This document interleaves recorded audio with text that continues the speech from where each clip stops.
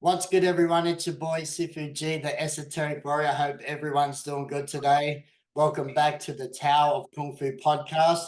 I've got Sifu John Lee, and we're back with another episode. And we're going to be talking about combat sports in China with Xu Xiao, if that's his correct name. Yeah. Welcome, brother. Welcome back. We've had this discussion over the years, talking about the lack of knowledge and experience for traditional kung fu in combat, especially sports combat. You brought up a good debate with me on the phone just the other day and today. All these masters that are fighting in combat sport truly believe in their skills, but they're lacking in so much. Okay, so I'll let you kick it off and let's get this started, brother. Okay, so Xu Xiao, or in Cantonese, Chui Xiu, okay, that's his name. Look, really, when you look at all these MMA guys that we know up in the elites, I mean, Xu Xiao is not one of the top guy, isn't it? We're just an average guy that has got a mogun or got a gym, and he went out to challenge, all these other masters, and he really wanted to just expose the lack of skill they have in real combat.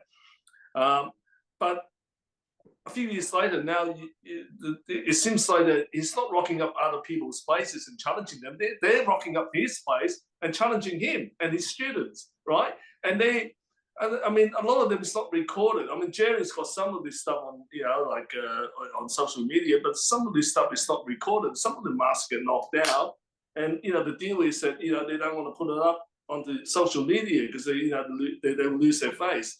But by and large, we're not doing so good, are we? No, and you know what? I think Xi Xiaodong, he's got love for Chinese Kung Fu, but I think now he's fed up because Kung Fu should be really dominating. In my honest opinion, there's no reason why traditional Kung Fu shouldn't be entering these competitions and being half successful as well.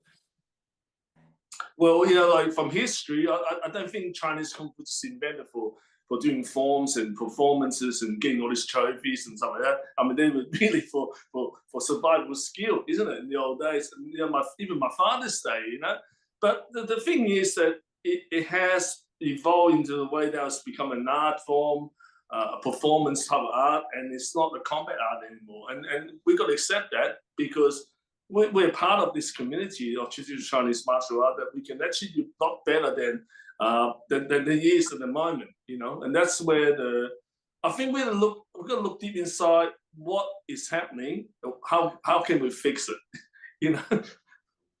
I think the problem lies, many people take up Chinese Kung Fu just for the health benefits and to practice forms. Maybe 10% out of those millions of people will enter a competition. Well, here's the thing, Gary. Look, to me, it's that I'm also a musician as well, playing music since I was a kid. So I'm in the band, and so if I do a particular style of music, okay, I'm just going to music, and I'm not so bloody good at it, right? But I'm good at heavy metal, or I'm good at rock and blues, but I'm not good at jazz. I can kind of excuse myself, right? But in Kung Fu, you can't do that because we are teaching people who say, hey, this style is for fighting, it's deadly. And then we do all these things, all these exercises and forms and jongs and all this stuff like that. And then when we get to the real thing, we fail. And so if we fail and we're selling the fact that we are, we're martial arts, we know how to fight. And we're not winning anything, actually we're losing really badly. Traditional Chinese martial art, and I don't see anyone new going up there actually to challenge him. Look, I think Jerry, even deep down, he really wants Chinese martial art to win, and you and I like that, just get one in there, But we're not doing that. So we'll look at the problems that we are trying to fix, and like a lot of people say, oh, our hands are too deadly, we're not going to do this. Look, we're not going to go through all of that again, because it's just going around in circles. So, you know, I'm too deadly, you know, I'm not going to, I don't fight, you know, this is Chinese martial art, we don't fight. But then we were promoting fighting because we're teaching techniques, you know, we're teaching techniques. We're not teaching Pilates or yoga, we're teaching martial art. So we got to justify what we're teaching is real. Yes, it's an art, but we can actually use it. But we can't even do that. Then there's something really wrong with the industry, or what we call the industry now, because I mean, there's a lot of people making money out of all of this, isn't it? They're teaching, they make this a living. It's an industry, isn't it? It's like soccer. Do you find that maybe the Western countries embrace the combat side more because there's a lot more sport fighting? Like you got point scoring, semi-contact and full contact, be it karate, taekwondo, kickboxing. There's different levels of kickboxing for novices to professional. Same as Thai boxing. There's wrestling, you know, in clubs. Boxing, as you know. But in China, you either got Sanda, MMA, and BJJ, maybe some Taekwondo as well. But the lack of Kung Fu competition, that may be where the problem is. Another problem could be the Sifus are not knowledgeable enough to teach a combat sport sense. What do you think? Well, just look at as a whole, like karate and taekwondo, they're very organized, aren't they? I mean, even the two organizations in taekwondo, they're very organized with their competition, with their rules and all that. With Chinese Kung Fu, it's very hard because it's all different style, different way of fighting. So they try to bring this together in, you know, in Sanshou, in USA, you know, with Kung Lee, and then you got, you know, San Da, which is, you know, it's the same bloody term, really, when you think about it. And they try to bring people together and on the common rules and fight, right?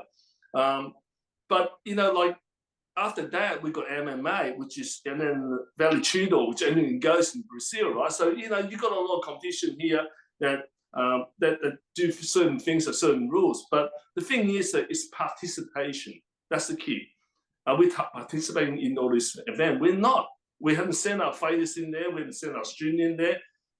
We kind of lock in the box and saying, yeah, we are greatest. We do the, you know, this footwork, and people do this secret form, and we are direct line, but none show up to prove that actually works. And that's really, and that's how people, I mean, I think that, you know, the kids in China now, like, you know, Robert said, there's this big shift. They just want to know about Chinese martial art. They rather do MMA, BJJ, Muay Thai, Taekwondo. They don't do Chinese boxing or Chinese Kung Fu because, number one, you have to train so long to be good at it. You know, I mean, you know, like my old days, it's like Indian Charlie, if I say you stand in the corner there, see you want to teach you something, see you want to teach you something. If they don't want to teach you something, you can stand there in the corner and practice yourself. No one actually guiding you. It's a very different, you know, notion now that people, you know, gets into the MMA gym. They say, ask you exactly what you want. They're going to give you what you want, and then you got to train what you want. You know, so it's a different mindset. But we have to do better. But definitely, we got to do better to prove that we can fight. You know, 10-ounce scrub gloves, or we can, you know, we can do bare hand if you want to. I mean, Xu Xiao don't offer the guy, the Tai Chi master that was on that video. You know, you can do whatever you want. You know, free hand. You know, you can grab. You know, you don't have to wear gloves. Well, that's another good point, because I know a lot of people on the forums are saying, oh, but if it was without gloves, it would be a different story. I doubt that very much. The whole idea of protective gear is to, one, protect your hands and your opponent's face. You know, if you look at bare knuckle, they're cut open, their noses are broken, their jaws are busted up. That's like for more prize fighting, people that are really desperate for money and want to be that type of alpha male. But we have a sport where you can wear gloves, and any martial artist at a decent level should be able to adapt to the rules, because it's all basics, right? Look, the thing is that, you know, I've been doing this stuff for a long, long time, eh? You know, I've done different styles, a mantis, and even Choi for Kung Fu.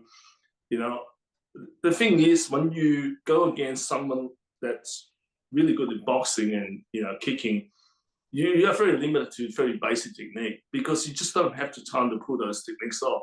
They're so fast. I mean, well, that's what they're using, exactly the basics: straight line hooks, uppercuts, and straight line roundhouse kicks.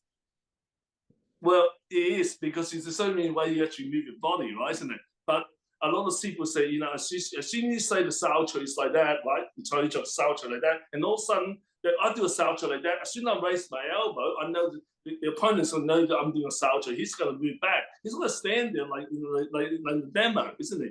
So then, if I can't hit him, then my Sao has to be shortened and it become a hook.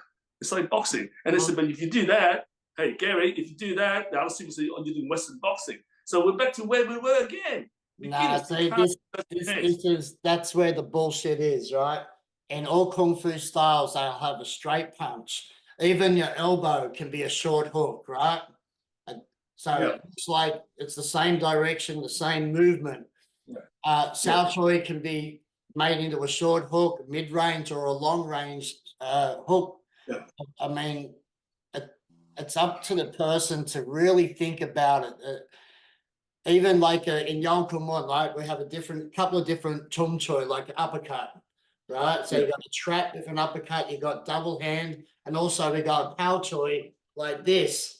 That's a body rip. Take away the trap, and you've got your hook, your uppercut, which is it's the same thing, but they're not thinking, right? In Kung Fu, they like to have a trap or use another hand to help the other hand with the power. But in a fighting context, take away the trapping, because the trapping only comes once you've clashed or you've got too close, and that's where it can work. But you can still use your uppercuts, the same hand movement, that's a chung choi, as an uppercut in boxing. It's ridiculous the way people think and comprehend their art. They think that the punch is going to come and you got a jab cross and they're going to go trap uppercut or Xu Xiao. It blows my mind.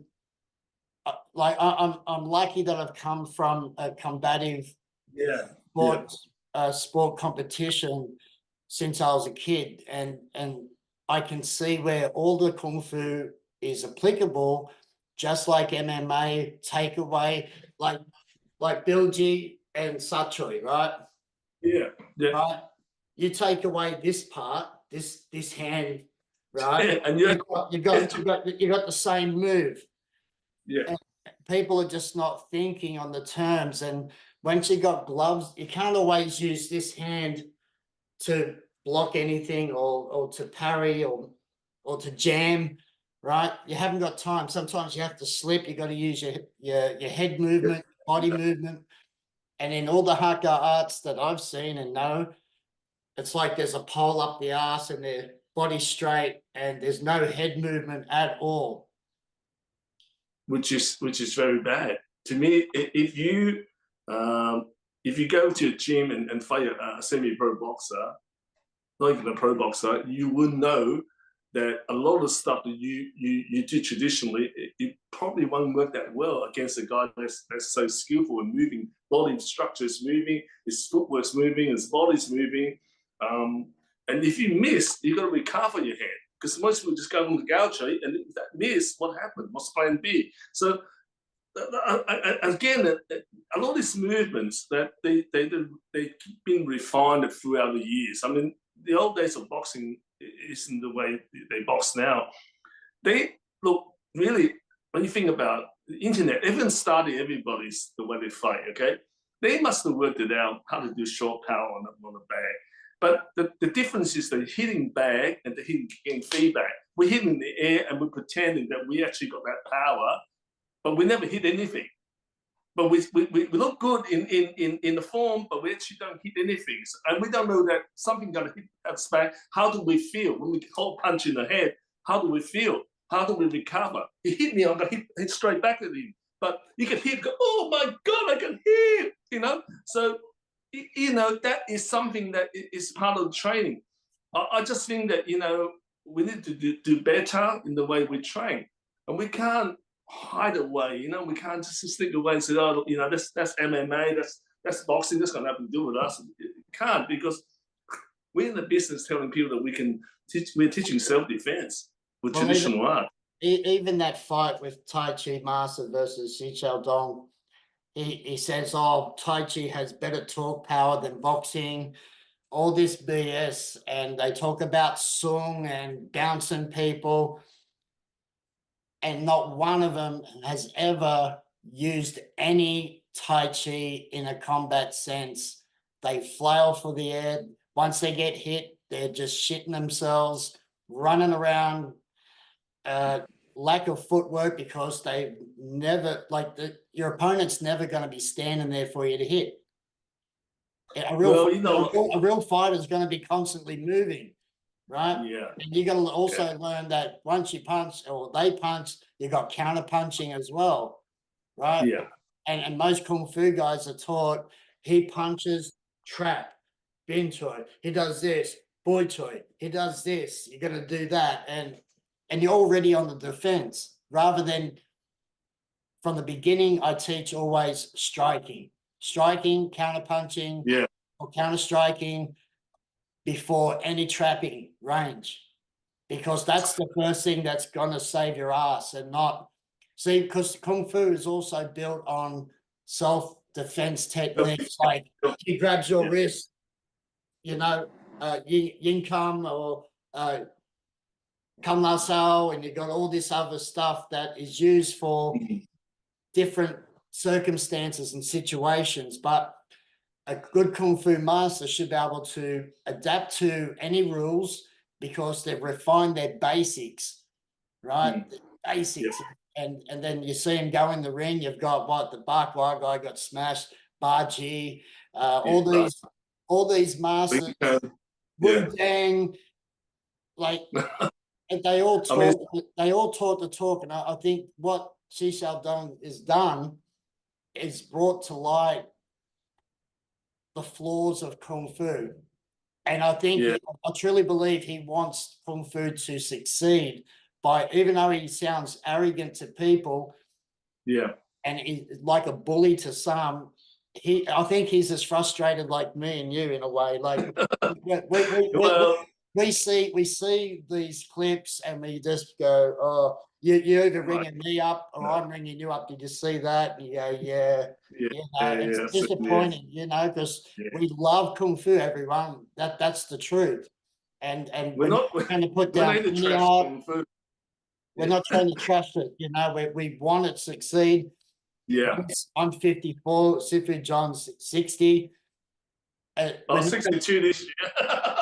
We're not going to be hopping. This year, it's freaked me out. I'm 62. Oh my God, I'm 62. we're not going to be hopping in the ring fighting, right? But we can teach. We should be able to teach people how to enter a competition, what the diet is, what the training should be to become a fighter. And unfortunately, everyone, you got to put away the forms. So there should be, like when I taught Yokomun, you'll be doing the forms at the beginning of class, and at the end, we chuck the gear on and we always fought. Every class. Well, you know, like, I'm just getting back to the Tai Chi master, right?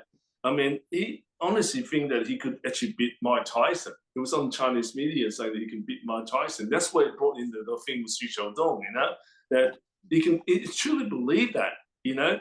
For me, I look at what Don Yen has said, I look at the form of Mike Tyson at his age now, when he's 60.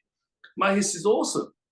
And if you just imagine putting yourself in front of a guy like that, I mean, there's a lot of Mike Tyson around. That's not just the one Mike Tyson. That we know that is a successful boxer. There's a lot of Mike Tyson in those gyms. I've seen them.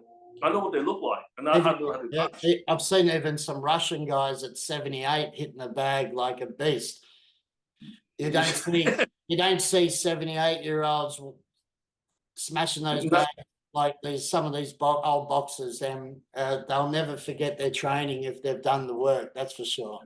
Yeah, like their gauntlet is fantastic, and the thing is that they've proven that what they do is it works, and so they have different mindset to kung fu people. The kung fu people is all about climbing the status and learning all these forms and jongs and breathing, or footwork, secret bloody set of this, secret bloody set of that, and whereas the Western thinking is very different, But I think, by and large, I think a lot of Chinese practitioners, whether they're from different races, around the world, they really want Kung Fu to do well, and we want Kung Fu to do well. But I just think that we need to modify a little bit, change the way we think about, the way we train, how realistic it is, and we've got to work it out.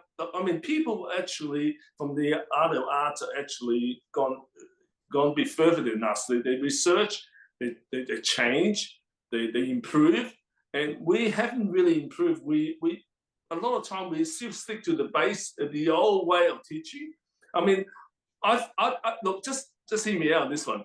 I don't think in 1800 in my village, my great-great-great-grandfather, right, would have saw BJJ, MMA, all these different Thai boxing. They would have seen all of this, They would have seen.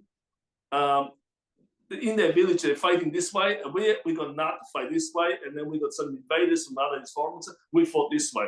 They never really seen anything that's happening now. What is all mixed up and the multi-skill. They never seen anything like that. I remember my father told me the story.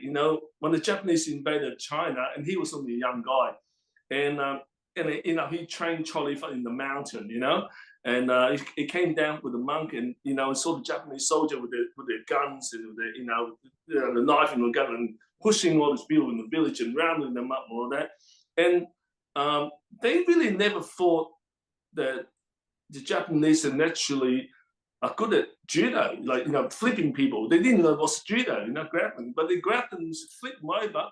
And most of the Chinese guys just lost, they were just couldn't resist the Japanese, because they were forced to fight the Japanese, and it's sort of entertainment for the Japanese, to be honest, when they took over our village. But my father always to say that, even in Hong Kong, in the early days of the police force, they never heard of Taekwondo people, never. There was only one Taekwondo guy that was in the police force, and they didn't know what's Taekwondo, but they knew that this guy was effective, because we didn't know how the way to kick, and they were kicking so fast, spinning on that. And most of the guys just got knocked out of the ring, And I asked my dad, "Did you go against him?" He said, "I did." He said, "Actually won." Luckily, I won. He said, because I saw him flying at me, kicking me, and I was just barrage of kicks. I didn't know how to stop this, but I knew one thing is going through the center line and went whap and into his nut, and he went down, and I started hitting him. But the thing is that if you don't see this sort of art back in 1800, 1900, 900, you only can make forms against those people there in 1900 or 1950.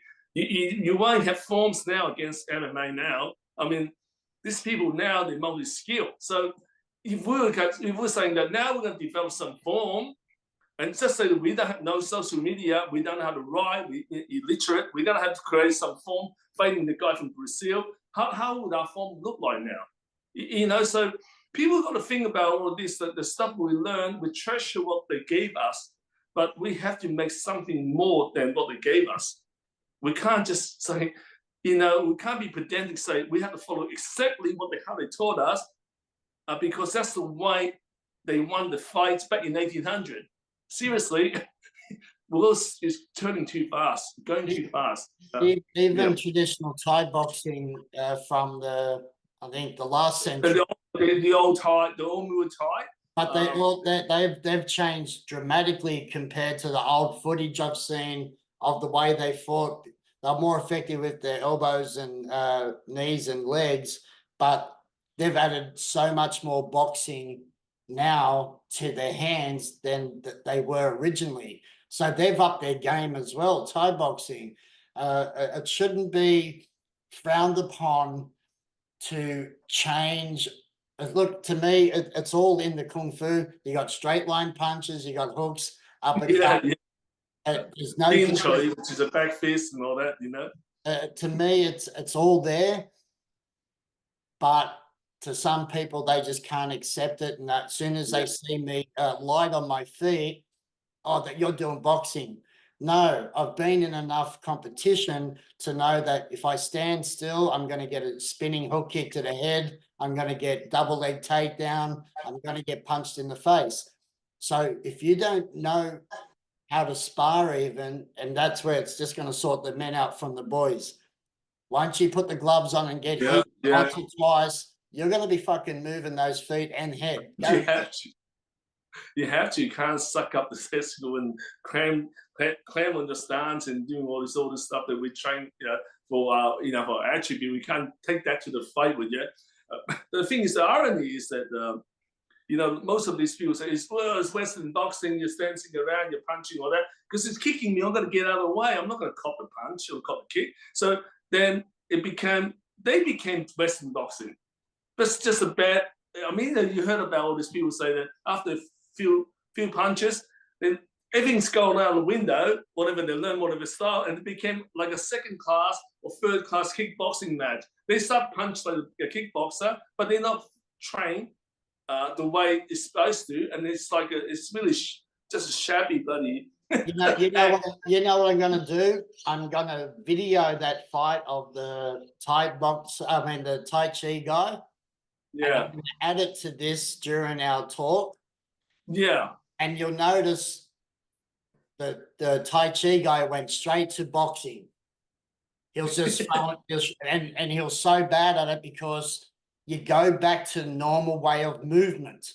Yeah. That is that's just how it is. Yeah, well, he wasn't doing brush knee, twist step, part the fucking horse mane. None of it came to light. He was bad boxing and he had no footwork. And he just got smashed within 30 seconds, I think it was. He stuck his long fist out. First, he was using the extension of his bridge, but then that didn't really help him after that. No, just hooked over the top.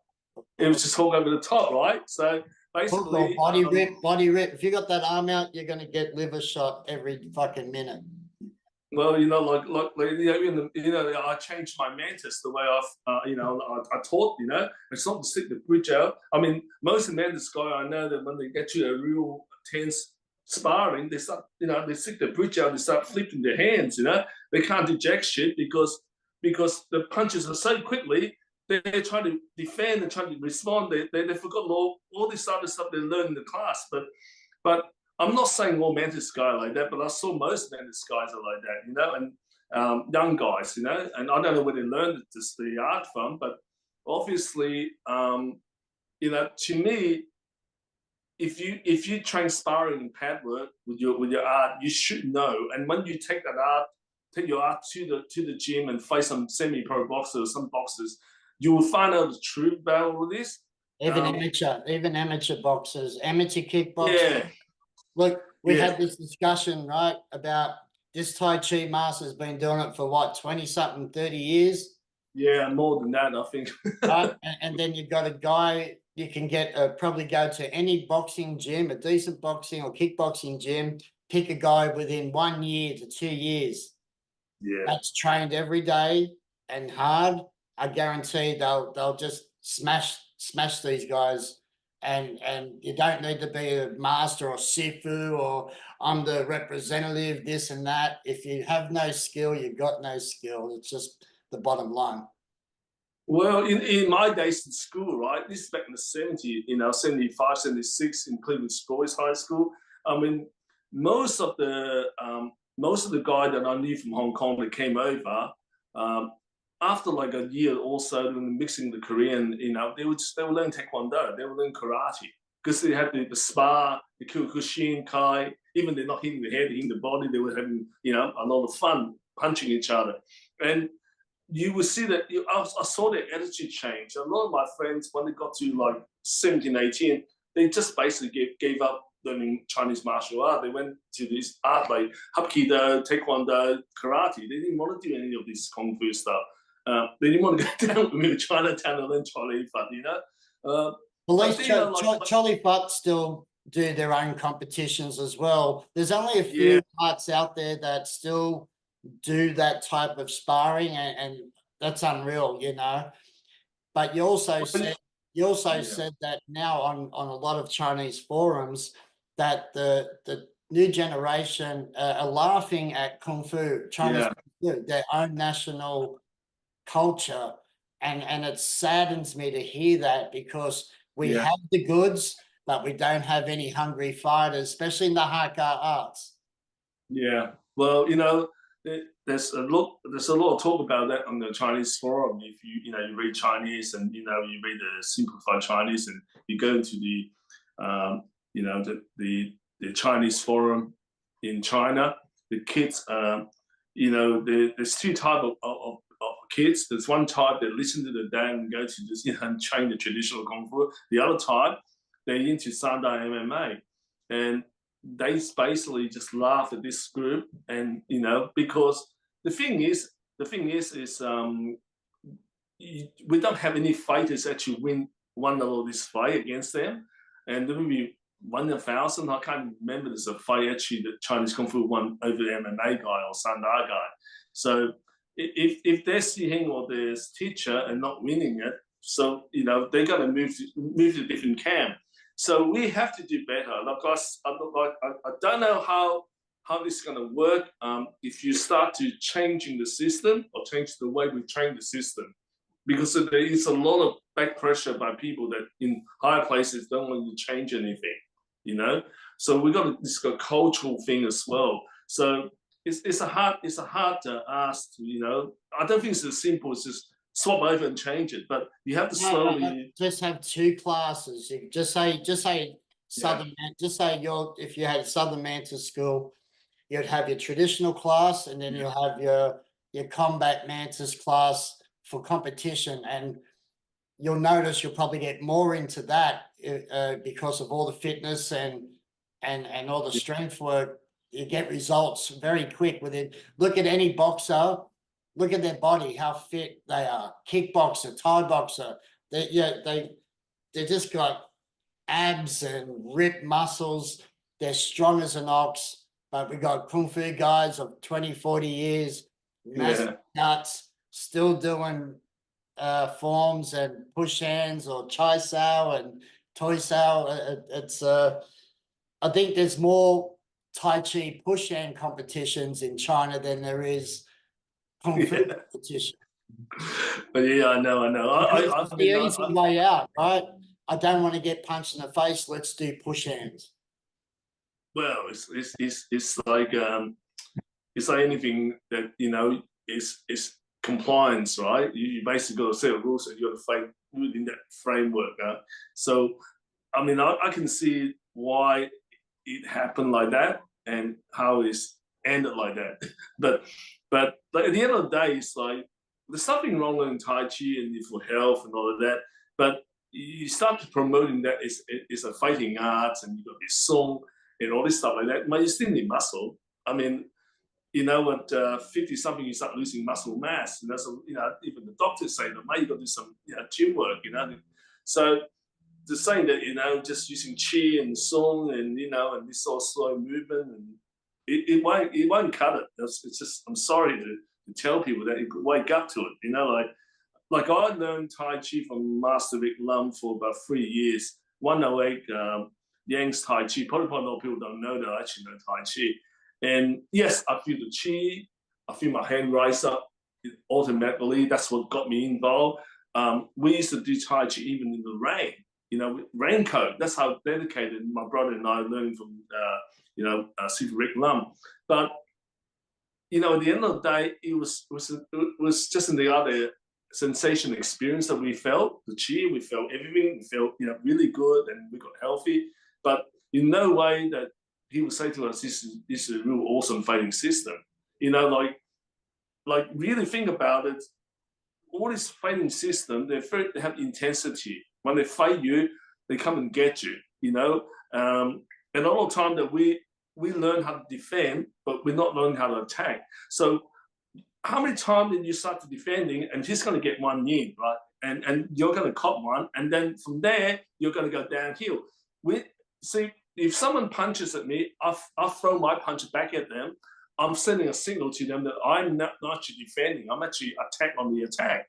So if you have that sort of mindset, the way you train, then the outcome is different. But if you start keep defending yourself, he's going to get one in. But you take away your gao choi out of then you have to learn how to strike. Your offense have to be your defense, right? And that's what boxing is. They see the opening, they even get into the right position, set you up to make you move left or right or come in, and they'll get you no matter what you do. This is just normal shit. Look, I mean, just a simple exercises, right? Tao Sao, Jin Choi, okay? Okay, so you have a spar with your mate, okay? And he's running around, he's punching you, and it's still a jab, but he can actually change to the hook. He can come back, he can do an uppercut, right? You'll do Jin Choi, you got to come back down here on the elbow to protect your ribs. That's how you've been taught, right? Now, just try this simple exercise, guys, out there. Wear some gloves, train with your mates in boxing, you Jin Choi, try to hit him. See how fast he is. Because by the time you move that, he's already seen your elbow, he's seen the shoulder move, right? And he's moving around, he's hitting you with different angles that you can't detect that fast. But he can detect you because he's seen you doing this all the time. You're going to move in there and you're going to like that, but he's going to move that way, he's going to punch this way. You've got to defend. As soon as you defend, you lost the whole structure because you're trying to defend. That's the whole point. And the mechanics is wrong. Like, just say, for instance, your Dao could be now this way rather than down so low. Just bring it up. Has to be on the beat. Has to be on the beat because that's how the way we've been taught, isn't it? Yeah. Elbows in, protect the ribs. All you've done is just elevated it up so you can protect your neck. I mean, you guys also come up and start here. Like, there's a guard already. Yeah. Right? Yeah, there's a guard there. Like, you got to start thinking as a fighter, and you'll see it in all the arts. It's just that it's drilled into most students. So you got to have the form looking like Sifu or better, and you'll get a nice certificate, and here's another belt. And now we go on to the next form, and oh yeah, I've got to make sure that dance routine's just as good. And then you go up the ladder, and next minute you're a Sifu. And a real Sifu to me is someone that can actually fight, not someone that can just teach how to dance. We're about to have a break, bro. This is an awesome chat.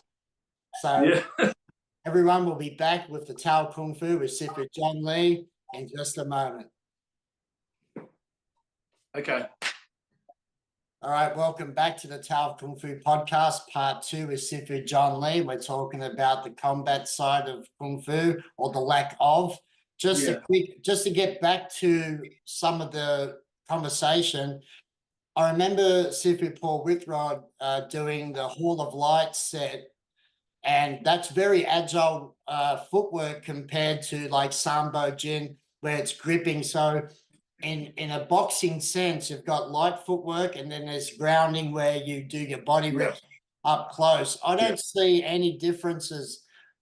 Like, I love all Kung Fu, especially our arts. I believe that Southern Mantis is a vicious art as well. And I truly believe it's got the goods. And I know you mentioned, I don't know if you want to bring this up, but your dad actually, when he learned the Choi Li fight, he learned that ghost kick. Yeah, that was a phenomenal thing that he told me.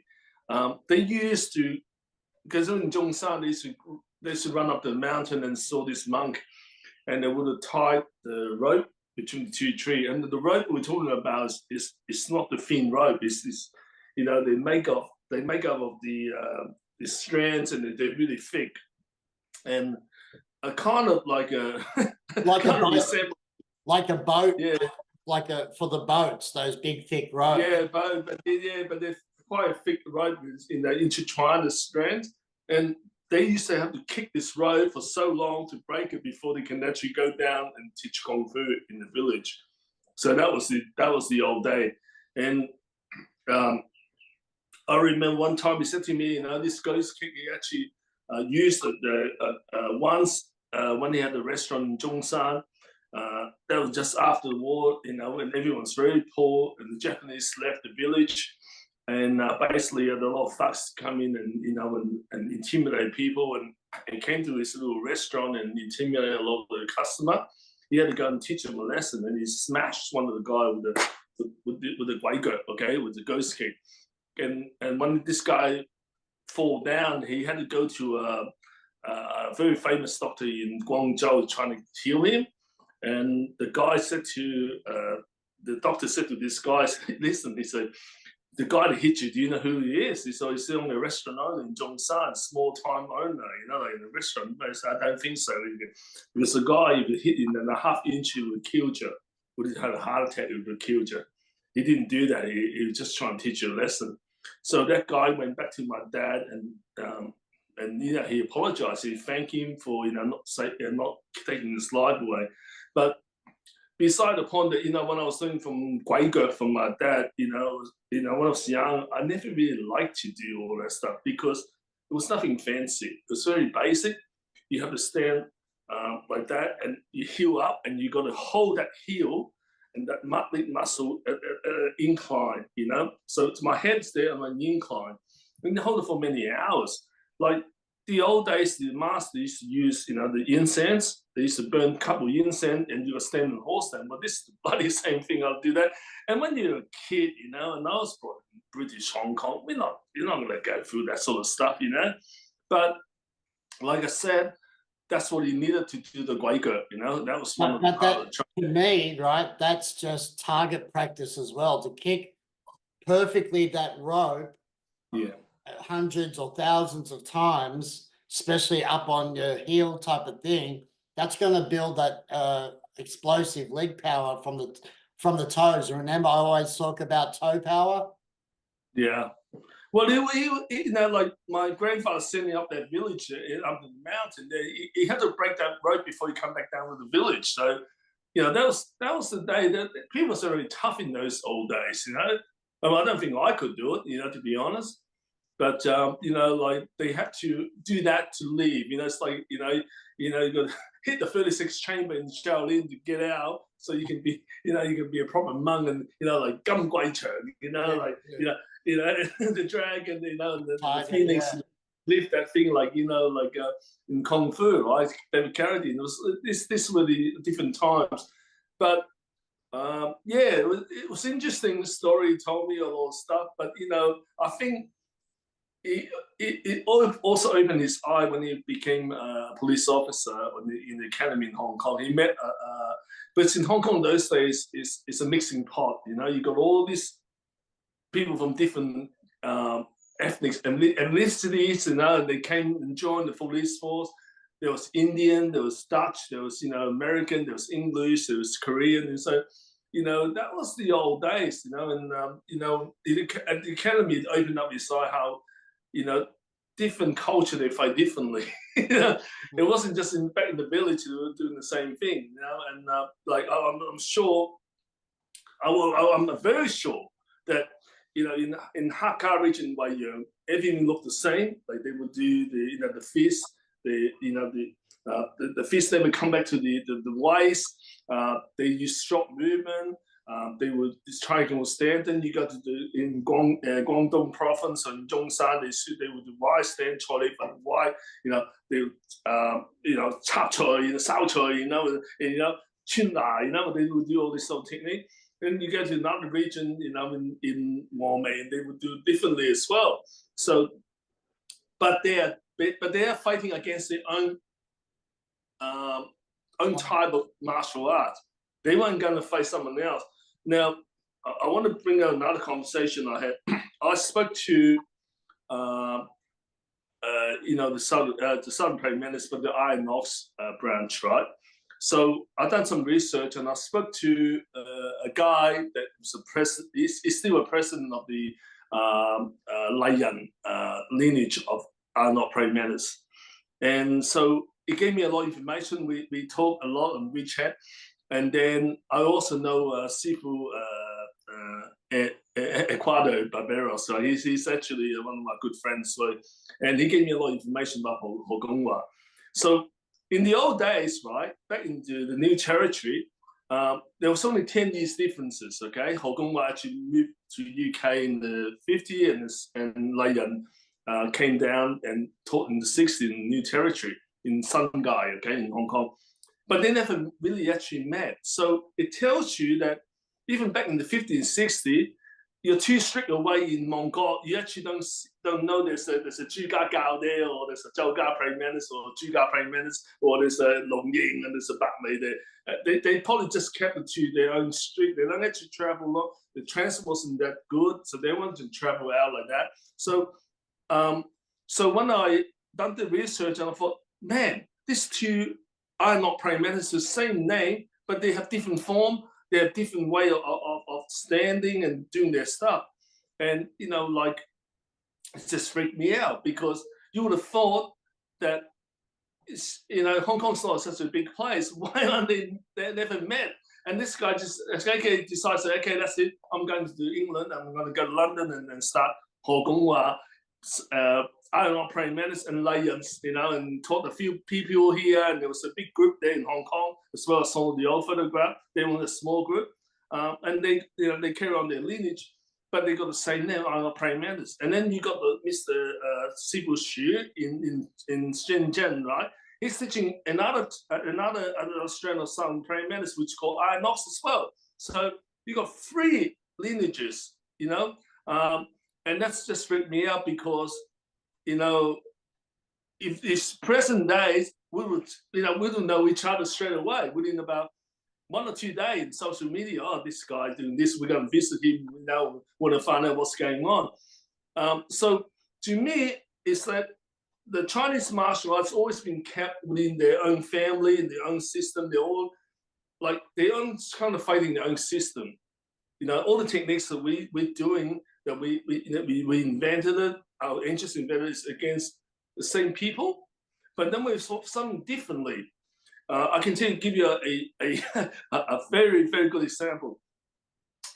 I have a student called Tiger, and he's a very well-known Xu Xiao guy in Xiamen now. He came to me when he was a young guy, and he had a lot. I had a lot of time for him, because he got a lot of the Chinese community in Sydney together, you know, the martial arts. And so anyway, he left me 6 years ago and went to Xiamen. But before he left me, he gave me a book of the Xu Xiao. Xu Xiao is the master in China doing the Chinese wrestling. And I didn't know it was a Xu Xiao exponent. I thought that's what he came and learn Kung Fu of me. But he wanted to learn Tong Long, and he wanted to incorporate the Tong Long in the Xu Xiao. So it became like a mixed Chinese mixed martial art, right? Perfect. And then he said to me, that would be perfect. You know, that would be perfect. That would be perfect. Okay, so this guy, Tiger, like, I want to give you a play. He's a fantastic guy. He's probably about 30 something now, right? You only know me was 20 something. He said to me, sorry to catch off. Is he also the dog boxer? No, he took me to the dog boxing master in Maryland. Okay. Yep. Okay. Yeah. Okay. So what happened is that I remember him, like, he used to come to my place, and I used to train him and stuff like that, pad work, Johns and all of that. And he said, far out, you know, some men is the bridge is so strong, you know, short power. You know, Sifu, you're fantastic. So no, I'm not good at all. I said, there's a lot of people better than me, but I'll just show you what I think it should be done this way. Okay. So he said to me one day, he said to me, Sifu John, you know, what other style you actually want to learn when you were a kid? Well, I said, you know, 1981, I was doing, you know, mentors of, you know, Sifu Peter Lee, my cousin. I flipped over the Chinese magazine, martial art magazine, and I seen dog boxing. and Sifu Peter just laughed at it and said, oh, push to the side, that's bullshit, you know, dog boxing, come on, you know, well, you're going to be a Labrador or something like that, or a golden retriever. And I said, well, you know, I want to know a bit more about it, and I saw those photographs. So I told the Tiger that I actually want to see a dog boxer, you know, practitioner or some teacher. He said, guess what? I actually know one in Maryland. So he took me over there with a few other guys that done Taiji, Bakwa, and Xingyi. So I went there and looked at this guy, and it was Sifu Tom Zhang, or in Chinese it's Jiang Sifu or Jiang Shifu, okay, Jiang Shifu, and he was 10 years older than me. And when I met him, he was probably in his 60, and I was about 50. That was 10 years ago, maybe more. And he was showing me the dog boxing, you know. It was on the ground, and there was people learning, you know. I think I met a few people there that was my haka art actually learning from him, you know. And it was on the ground. It was the little takedown, and I had Dimitri. He does the BJJ as well, and he does Xingyi, and it was very good. Dimitri is very strong, and he was on the ground with him, and they were exchanging ideas and all that. But Jiangxi was fabulous. His dog boxing, but they told me he also evolved. He didn't just learn from the Sifu and then say, "Oh, we're taught that way." He actually changed it, and he added a lot of stuff from BJJ. I think he must have started some BJJ. He added that it became like a different animal. So, I mean, he's doing that at 60. That's 10 years ago. He's 70 now. He changed it from a poodle to a pit bull.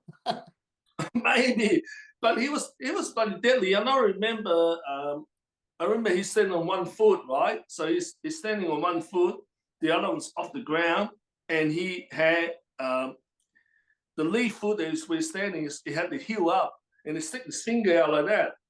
He said, "John," he said, "you grab my finger and you bend it, all right? And I'm not rooting. I'm only my heels off the floor, and I could see that. And he has his other leg like that, you know.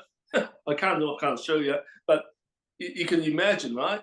So I tried to bend his finger. I couldn't bloody bend his finger, and I thought, shit, this guy is really good, you know. That really impressed me. And then he took me out to the back there. Here it was, you know, log, you know, the treated pine log from Bunnings. It's planted on the bloody ground. There was no padding. It's not like those guys that does in the Wing Chun and put all this padding on Wundami. He was kicking the bloody pole, you know, and he was whacking it. And I thought, shit, this guy's for real, you know. And then he came back to me and asked me, they told me your mantis are very good. And I said, you know, it's okay. I kind of know that this guy's for real, you know. But he even told me that the credential he had, and I know obviously that I really, first time that I really appreciate someone that's walked the talk, because he has all those certificates and all those licenses on his wall. And I'm telling you that in the sports industry in Olympic Park, right? So I worked there on their floor, so I know this sport institute in Australia, right?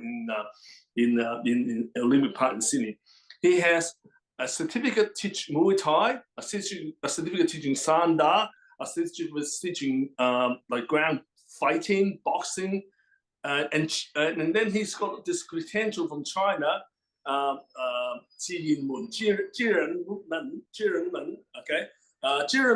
which is the right? The natural way, you know. This, I didn't even know. Yeah, I didn't even know. Zimmerman, Yeah. natural boxing.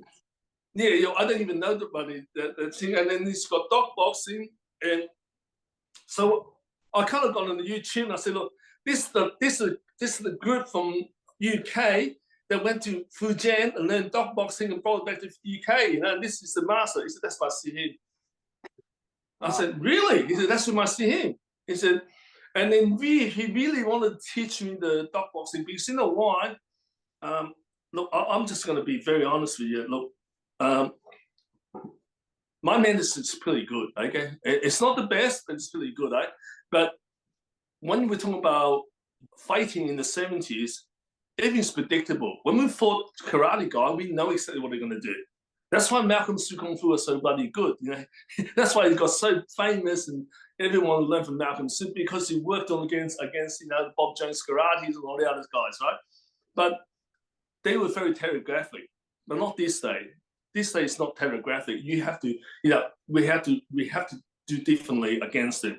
But when I was moving around with Sifu John and all that, I found one thing that, you know, when you start rooting and grabbing your bloody feet and all of that, and you're trying to get power, you're too late. He would have trapped you, and he would just go under and do 8 leg roll. I had to jump out of the way.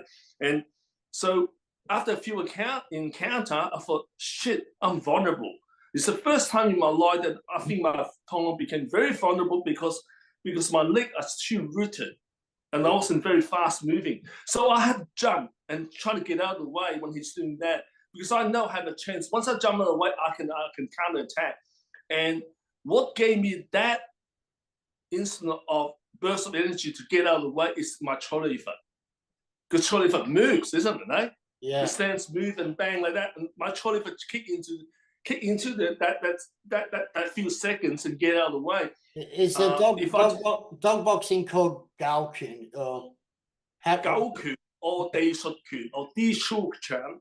Because do you believe that John Lee created something like Taiji Kun and the Mantis, the Kunlungut, is from could have been influenced by dog boxing?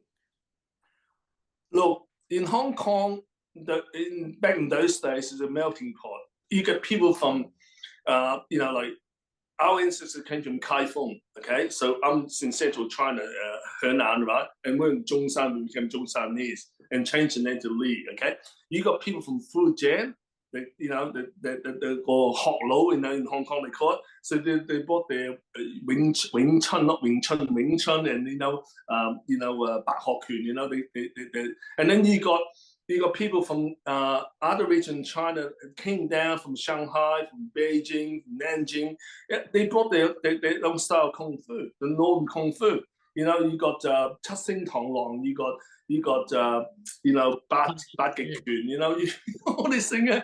So of course, you know, even Bat Hok, right? We used to say White Crane, we say, and all I knew was, oh, Bat Hok is actually Chan Ha Fu, you know, from the big movement, you know, and from Tibet. Then we think, oh, hang on, it's a different Bat Hok from Fujian, so it's the same name but different style, different way of moving. So you got a melting pot of everything in Hong Kong those days. Who knows? You know, I mean, I could study something and say, hey, you know, look, those guys like Yip Sui, Grandmaster Yip Sui, Grandmaster John Lee, I got to put Grandmaster on there, Lam Yao Guai. They basically pioneered of the style, what they were making without them we wouldn't know so much knowledge of this movement and all that. But when looking at it, it's like they all intertwine each other. It's very similar. Zhuk Lam, you talk about Wang Yuk Gong, Wang Tam Gong, Zhong Sui, you talk about the forms that we have, and I learned Zhuk Lam from Hong Kong, and I learned Jiao Ga for many years, and the similarity, the movements, and then talking to Sifu Ed about the Sambo Jin in Iron Logs, and then we're looking at Lai Yan's, the way that Hang Bak does his movement, it's very similar, maybe the structure a little bit different, but very similar. So it's a melting pot. So I'm not surprised to say that Taiji Kun from Nongge had influence of the dog boxing. Maybe they met a dog master. I mean, it's like John Lee Chung was known as the East River champion or something, right? Yeah. So he fought a lot of different teachers. Yes. So coming up against different teachers, you're going to end up on the ground. You could, if it's a Chinese wrestling, you get thrown. You want to know some big locks, right? So if the people don't know what the dog style boxing is of China, a lot of it is to get your opponent to the ground with leg locks, trips, and throws, and adding BJJ to it or judo would just enhance it. There's nothing wrong with that. They're the same things almost, except dog boxing has a form where the other one has no form, Well, like I said, they incorporate a lot of stuff in there. There's a mixture of stuff in that, and as far as I know that, even in Pununga, what I can see, there's a lot of elements in it, you know, that's in dog boxing as well. And the dog boxing really at the end of the day is that, you know, my vulnerability, I can tell you that. If you train all the time to hit top game, mid game, and you're going in there like that, and you're not worried about so much of bottom game, the only thing you got to do tongsat, you know, and blocking legs and all that, and moving out of the way, and you gotta find a guy that as soon as you start striking him, he slips down and he's not fighting the top of a mid game. He's going in your bottom game, and he's slipping in very quickly, and he's changing all different directions, leg lock you. You're on the ground there. You can't do your gaucho, you don't do your pacer or paxer or poxer, but he's got you on leg lock. Am I going to answer this question? Yes, I'm vulnerable. And that's why when I looked at it, I thought, man, I need to learn this. You know, but I was getting too bloody old because in this a certain flexibility on the ground as well. Not everyone's good at this sort of thing, but have I known this in the 20s? Man, I would have jumped at it. At every opportunity, I would have jumped at learning that. That being said, I reckon Punlun Gurt is a beautiful ground fighting form. Beautiful form. Beautiful. Seeing it done by Sifu Paul Ritrod, man, exactly. He is so good, man, and it's so bloody good. Like, you know, like, and not only that, I think with his Indian grappling background as well, yeah, Kalari, yeah, will just enhance his knowledge. And people can hate on him for doing other arts, but it's just bettered him as a martial artist. Even in his Tong Long, I don't see a problem in it. You have to know what you're doing, and not every teacher has all the knowledge. A form might be taught, but like I said, I've taught Learn Chung, my Sifu Yokomun, leg locks from using Gui Ma. When he was using it to slide back and take the leg out from a kid. So having a background in my previous arts has allowed me to advance my Yokomun to teach it better with more intensity and in a combative way, right? Because not many people, a lot of people know the Dai Sap Kyun from Yokomun and Bap Mei, but not many know the applications. Yeah, well, you know, like you proved to me also for longer when you watch the form how I do it, and you know exactly there's so many elements in it, so many leg locks and, you know, joint locks and all that on the ground that most medics guys probably don't know. They just do the form, they don't know how this apply, maybe a couple of moves, but not all the stuff that you share with me. And I was just freaked out, and I thought, man, you know, like, you know, someone from your background actually, you know, decoded all this stuff in the form, you know, and the person who put that form together must be a genius, right? I just thought that, like, I think Sifu Paul is fantastic doing that form, like he is not like, he's in his age now, he's not a very skinny person anymore, right? You know, I mean, you know, like he's, you know, like he's got to, you know, like he's small and nuggety like me. yeah. I mean, you would think that, you know, someone different will go very skinny and tall and all that stuff, or, you know, medium height, but it's not like that. But he's able to play that form very efficiently. Like, that was one of the best demos I've ever seen. Like that was, and you know, and other people, you know, the other group that's trashing him is bullshit. You know, seriously, come on. There's so much in that form that if the knowledge, you know, it wasn't just made up like that. If he did bloody made it up, he's a genius, right? So we're not. I'm not gonna look at something that, okay, this form look like that, and what is the purpose behind it, what we're training, you know? It could be bloody genuine form, I don't bloody like it, you know? But if someone makes something that I like it, I think, hey, I can add this to it, and there's an element of power generation, there's a notion to this, and there's a benefit to it, I'll just train it. You know, I mean, it's all made up, isn't it, at the end of the day? Yeah, and even if you just learnt Punlun Gurt and Sambo Jin, you've got a perfect combination of standing and ground, like Yi Cup, Sam Cup, all those Sambo Jin. And then with the Punlun Gurt, you've got yourself even your sapatsao, you say sapatsao? Yeah, so yeah. Yeah, right. Just even that plus Yeah. the pungungut, perfect.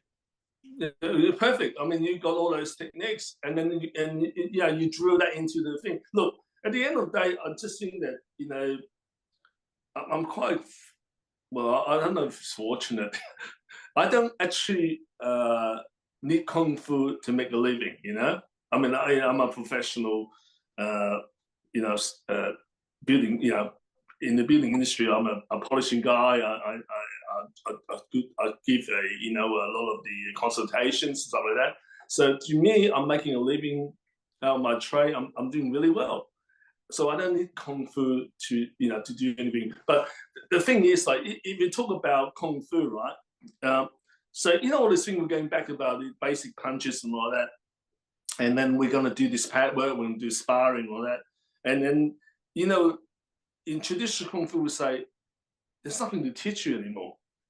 You know what I'm saying? Because you turn up every week, I have to teach you something from a new form to keep you there as a student. So for me, to teach you how to do pad work and punching and kicking and all that and sparring and you sparring with your mate in the class, it's kind of saying, oh well, this the Chinese can say 冇嘢教. There's nothing to teach you, So we have to kind of give them a little bit of this and to have them hook on and come back to learn the next technique for this form. Now, but when I think about it, you go to boxing classes, right? There's the boxing is only a few techniques there, but they're able to keep the student there for many years because they're training on different things. It's not the technique; it's training on timing, intensity, endurance, all of this. But the techniques are quite simple in a lot of way, but they're effective technique. So the notion is very different, between a traditional Chinese teacher teaching today. So I've got to teach this class something new tomorrow. Yeah, there's a set syllabus. Yeah, I get it. There's a set syllabus. Do you understand what I'm trying to tell you? Yeah. The syllabus in Kung Fu needs a progression, and it's a cash cow as well in some way. If you got 18 or 36 forms, there's a lot of money in that for teachers if they've got a full-time Mulgun, right? So it's going to keep students around for 20, 30 years, not including weapons, lion, dragon dance, or unicorn, Tita medicine, Heigung, and all that. So it's different to Western boxing. When you've got Western boxing, a person will start with footwork and head movement, how to parry and strike pads. And then as they get better, you've got cardio, timing, floor-to-ceiling balls, speed balls, heavy bag, strength training, plyometrics, explosive training to develop you as a complete fighter. Without doing all the forms and weapons, if you strip back the basics of Kung Fu, of your art, if it's got 8 hands, 8 elbows, then you've already got a nice little package to work from, right? It's got to cover the basics of all angles, right? The batwa. Batwa, yeah. So I understand all that, and that's why that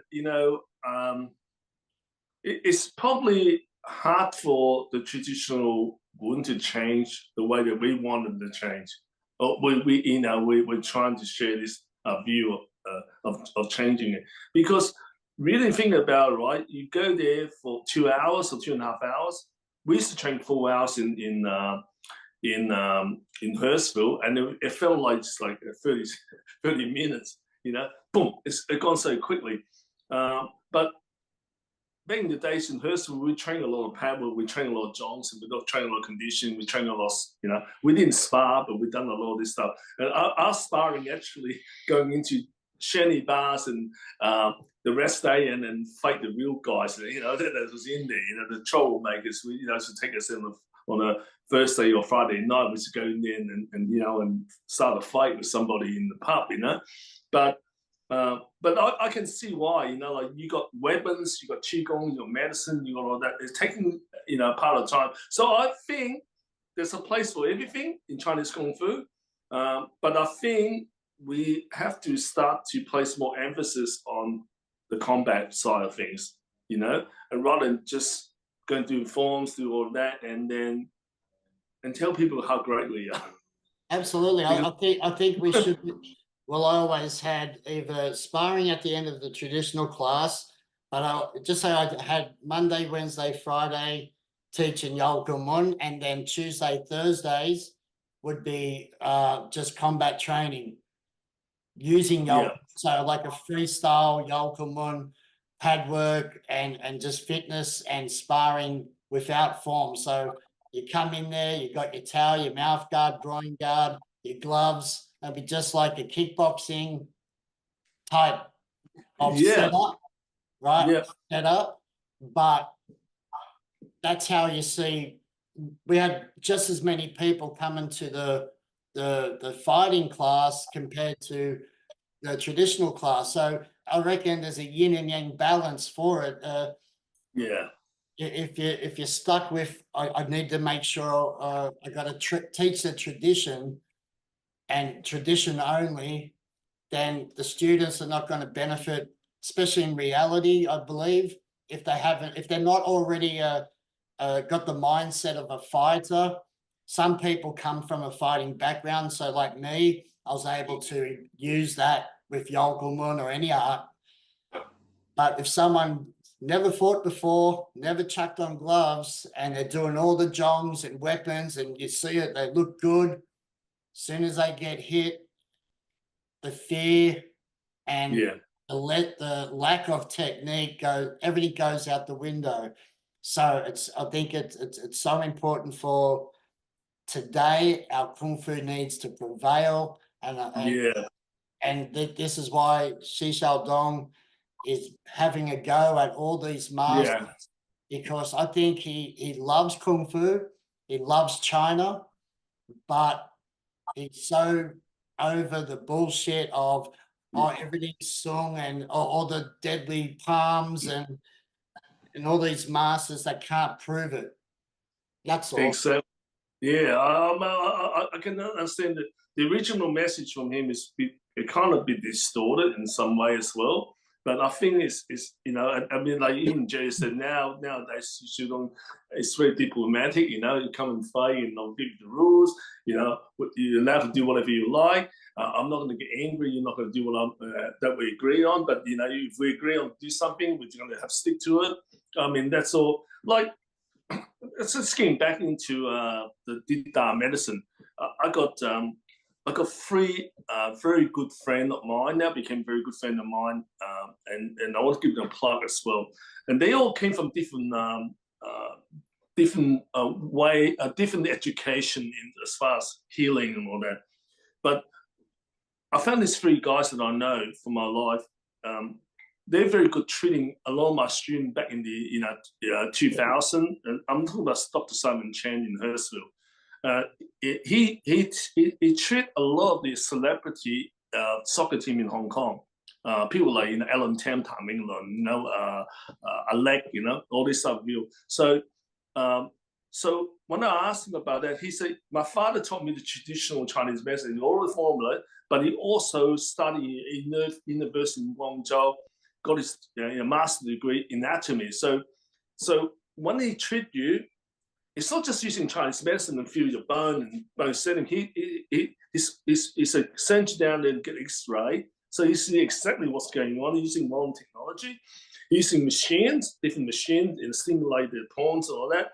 But he's also using massages and manipulation. But he also got the Chinese poultice, right? They did that medicine to heal you very quickly. So by having both sides of the knowledge, he's become a very fantastic doctor. The other one that I know is a young guy, and his name is Anthony. He's in Kempsey. I mean, he's a chiropractor, but it's the manipulation, all of this stuff, knowing the bone, knowing the muscle, knowing everything. It's fantastic. And he came from a Western side of medicine, got a degree in university, practiced a lot, but he's also got a Chinese did Thai medicine with him.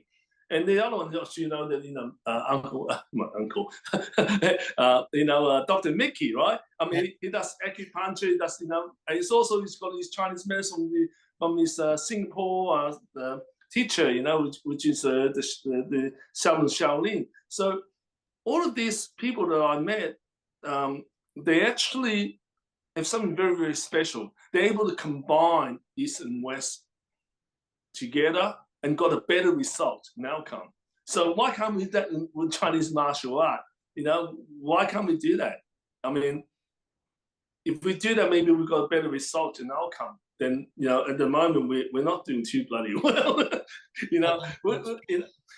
I just want, I mean, for once, just, I think Adrian Pang, we talk about Adrian Pang, and, he learned Mantis and all that, and, we all seen that interview, and now he's just such a successful guy with MMA and a lot of gyms and all that.